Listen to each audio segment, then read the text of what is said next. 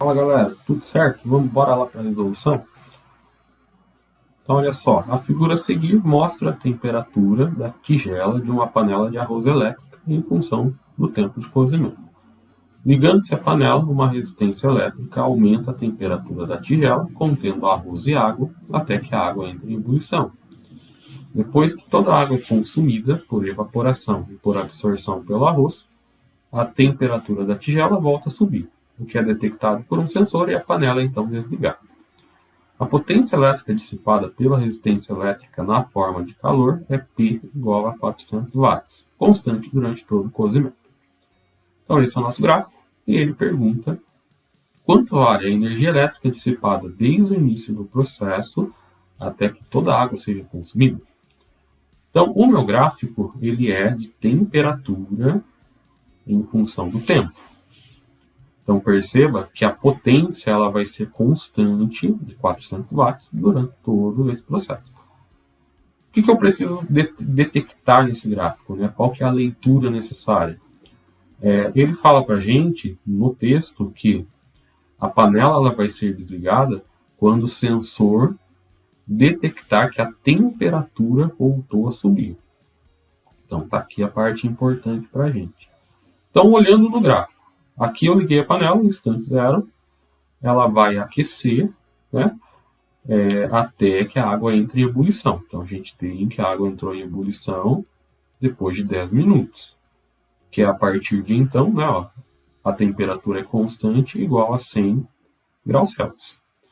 E ela vai continuar aqui ligada até esse momento onde a minha temperatura volta a subir. Ou seja, a panela ela vai desligar nesse instante, que é 30 minutos. Com isso, a gente vai conseguir determinar a quantidade de energia. Então, por definição, potência elétrica, ela é a minha quantidade de energia, que nesse caso é calor, né? A panela ali fornecendo calor para a água, dividido por ΔT. Essa unidade do SI é o watt, né? O watts de potência. E 1 watt de potência é o equivalente a 1 joule sendo fornecido cada segundo. Portanto, nós vamos precisar transformar esses 30 minutos para segundos. Tão fácil, né? A gente sabe que 1 minuto tem 60 segundos, basta eu multiplicar. Então, o meu ΔT vai ser 30 vezes 60. E a gente vai ter 3 vezes 16, 18. Coloco o 00 na frente. 1.800 segundos. Ok? Então, a gente vai pegar essa fórmula. A minha potência é 400. O meu ΔT eu já encontrei, que é 1.800. E a gente descobre quanto é essa energia, né? Elétrica, que ele fala dissipada, que foi transformada para calor, né, na água ali. Então, tanto faz aqui eu utilizar como sendo Q, quantidade de calor, ou sendo ΔI, que é a transformação energética, ou ainda a fórmula de potência, ela surge do trabalho por ΔT, que são todos equivalentes, né, nessa situação. Então, teremos potência P, 400 watts, igual a minha energia. Então, podemos colocar aqui como sendo ΔI, porque ele fala de energia elétrica, né? Que é equivalente. E o meu ΔT, ele é de 1.800. E esse 1.800 que está dividindo a minha energia, ele vai passar multiplicando a potência de 400. Portanto, o meu ΔE vai ser igual a 400 vezes 1.800. Vamos fazer de forma prática, né? O zero a gente deixa de lado, a gente vai multiplicar 4 vezes 18. Multiplicar por 4 é fazer o dobro do dobro. Então, o dobro de 18 é 36 e o dobro de 36 é 72. Tendo 1, 2, 3, 4 zeros, eu coloco aqui na frente 1, 2, 3, 4 zeros. Portanto, se eu usei potência em watts e o meu tempo em segundos, a minha energia saiu em joules. As nossas respostas, todas elas estão em quilojoules. Então, prefixo quilo, prefixo grego, que significa 1000. Então, 1 kJ ele é equivalente a 1000 joules. Posso fazer por regra de 3, né? Se sentir mais confortável, ou de forma prática, como eu estou vindo daqui para cá, eu tenho que dividir por 1000. Então, pegando 720.000 dividindo por 1000, basta a gente cortar esses 3 zeros aqui, e a gente vai ter, então, que a nossa energia dissipada ela é igual a 720 kJ, a alternativa C. Beleza? Então, ficamos por aqui. Esse exercício está resolvido.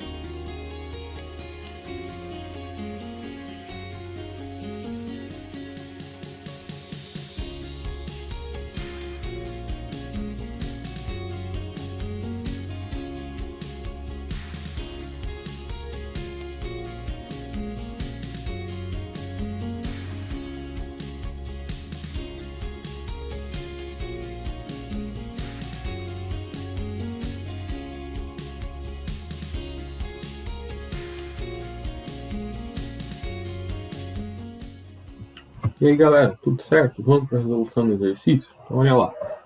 As máscaras de proteção N95 e PFF2 se tornaram ferramentas importantes no combate à disseminação do novo coronavírus durante a pandemia da Covid-19. Essas máscaras possuem fibras compostas de um material com campo elétrico permanente e são capazes de realizar uma filtragem eletrostática das partículas ou gotículas dispersas no ar. Considere um campo elétrico uniforme de módulo E0 igual a 4 vezes 10 a menos 2 volts por metro em uma região do espaço. A diferença de potencial elétrico entre duas linhas tracejadas paralelas entre si e perpendiculares à direção desse campo elétrico, separadas por uma distância d, conforme mostra a figura a seguir, é igual a quanto? Legal, então aqui só um primeiro detalhe, ele fala para a gente que é um campo elétrico uniforme, né? Isso na vida real não acontece, é uma aproximação, mas vai ser útil aqui para a gente conseguir calcular essa voltagem, né? Essa diferença potencial que ele pede para nós. Então, relembrando, a gente tem campo elétrico como sendo igual a constante eletrostática do meio K vezes a carga Q dividido por D quadrado. E nós temos o potencial que ele pede para nós, potencial elétrico, igual a KQ dividido por D. Então percebam que a diferença da fórmula do campo elétrico E para o potencial elétrico é só aquele quadrado que eu tenho ali na minha distância. Então a diferença de um para outro é isso aqui. De forma que eu posso reescrever a minha fórmula de campo elétrico como sendo campo elétrico igual a KQ dividido por D, isso dividido por D novamente. Que aí eu vou ter esse quadrado que surge ali. E quem é KQ dividido por D? KQ dividido por D, essa parte que eu tenho aqui em cima, é o meu potencial elétrico V. Então, juntando essas duas fórmulas, a gente vai chegar na relação que o meu campo elétrico ele é igual ao potencial dividido pela distância. Legal, então agora eu tenho o valor desse campo elétrico, que ele chama de E0, a gente tem aqui em cima, a gente tem o valor da distância, está aqui no nosso desenho, e a gente vai encontrar o valor do potencial. Então, fazendo a substituição, vou fazer aqui do lado, a gente vai ter o campo elétrico 4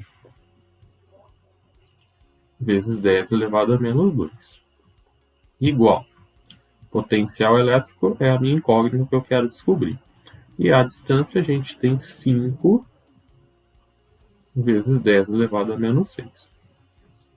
Então, para encontrar esse valor de potencial, a gente faz uma proporção, Aqui eu não tenho nada embaixo, como se eu tivesse 1. E esse 5 que está dividindo o meu potencial, ele vai passar multiplicando. Portanto, o meu potencial eletrostático, potencial V que eu quero descobrir, ele vai ser igual a 4 vezes 10 elevado a menos 2 vezes 5 vezes 10 elevado a menos 6. Então, a gente vai fazer a multiplicação dos meus dois números que eu tenho aqui. Então, 4 vezes 5. E a gente vai juntar as minhas duas potências de 10.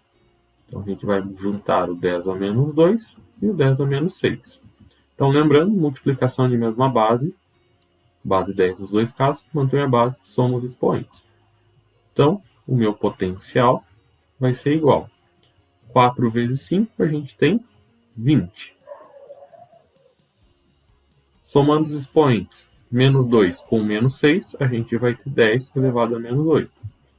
Só fazendo aqui o meu ajuste das casas, então, notação científica, eu tenho que deixar esse número da frente, conhecido como mantissa, é um nome um pouco estranho. Mas esse valor aqui, ele não pode ficar como sendo 20. Então, eu preciso que ele fique 2. Ou seja, eu vou andar uma casa para a esquerda.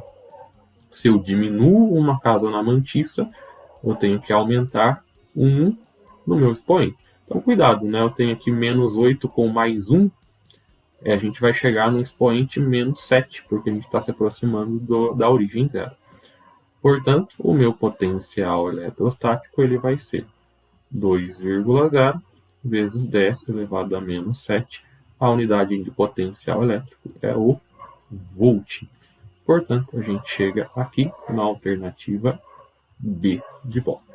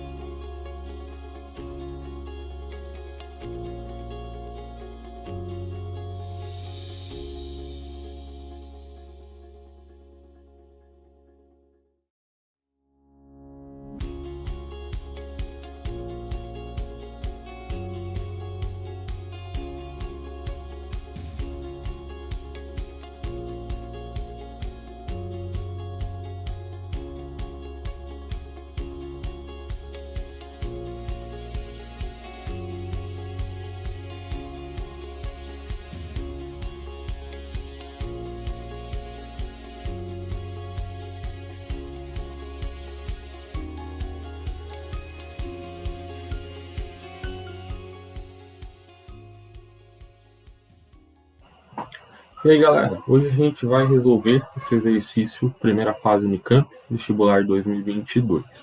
Então, exercício teórico, vamos ver o que ele diz para nós. Então, uma imagem capturada recentemente pela sonda Perseverance na superfície de Marte mostrou o que parece ser um arco-íris no céu daquele planeta. Na Terra, um arco-íris surge como resultado da decomposição da luz branca do Sol, por refração nas gotículas quase esféricas de água suspensas na atmosfera. Em Marte, contudo, não há chuva. Portanto, a origem do arco-íris ainda é controversa. Em relação ao fenômeno da formação do arco-íris na Terra, quando a luz solar incide em uma gotícula de água, é correto afirmar que... Então, todas as alternativas aqui, ela vai dizer quanto ao índice de refração, fazer uma comparação entre ar e água, e também vai falar aqui a relação entre o desvio, sofrido por cada cor, e o índice de refração. Então, o nosso texto base, na verdade, ele só contextualiza, mas não tem nenhuma informação relevante na resolução do exercício para a gente chegar na alternativa correta. Então a gente vai ter que discutir teoricamente como que isso funciona.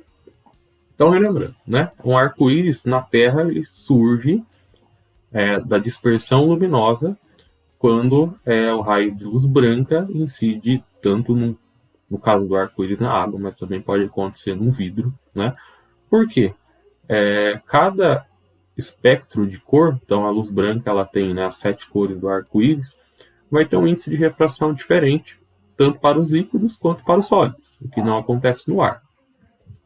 Lembrando, né, índice de refração, que é? Então, o nosso índice de refração N, ele é igual a C dividido por V, aonde C é a velocidade da luz no vácuo, que é 3 vezes 10 à oitava metro por segundo. E a velocidade V é a velocidade da luz naquele meio. Portanto, quanto menor for a velocidade da luz naquele meio, maior vai ser o índice de refração. Então, aqui nós temos coisas inversamente proporcionais. A gente sabe que a maior velocidade da luz a gente tem no vácuo e no ar essa velocidade é muito parecida.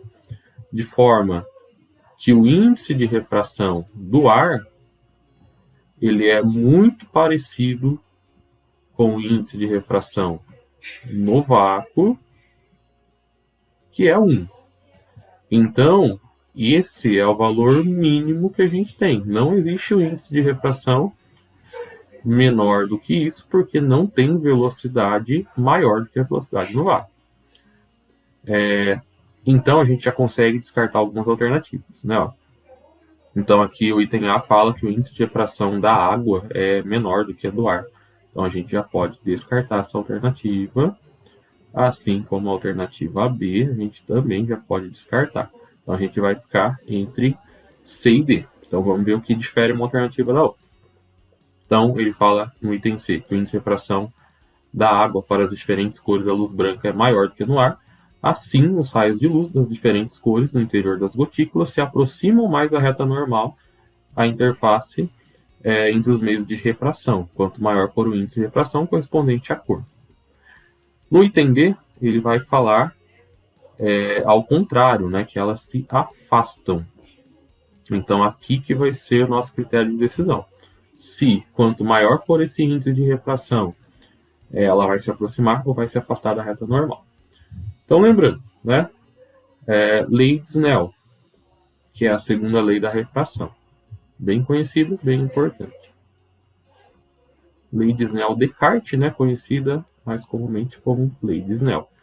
Fala o seguinte, temos N1 seno de I1, que é o ângulo de incidência, igual a N2, que é o índice de refração do meio para onde vai passar esse raio de luz, seno de 2, que é o nosso ângulo de refração. Então, aqui eu tenho o meu dióptro plano, meu meio de separação, a reta normal. A gente vai ter aqui o raio de luz incidindo desse lado e passando para o lado de cá, né? Obviamente que a luz ela vai em linha reta, não torta como no meu desenho. Aqui a gente tem os ângulos I1 e I2. Então, o que acontece? Quanto maior for esse índice de refração, como isso é uma igualdade, o meu seno ele tem que diminuir. Lembrando do círculo trigonométrico, rapidinho, a gente tem aqui cossenos no eixo X, senos no eixo Y. Então, quanto maior for aqui o meu seno, consequentemente, maior é o meu ângulo θ que eu tenho também. Ou seja, quando eu aumento o meu índice de refração, o meu seno diminui e esse ângulo I2 ele também vai diminuir. Ou seja, esse raio de luz ele vai se aproximar à reta normal. Portanto, a gente vai ver aqui que eles se aproximam mais da reta normal quanto maior for esse índice de refração.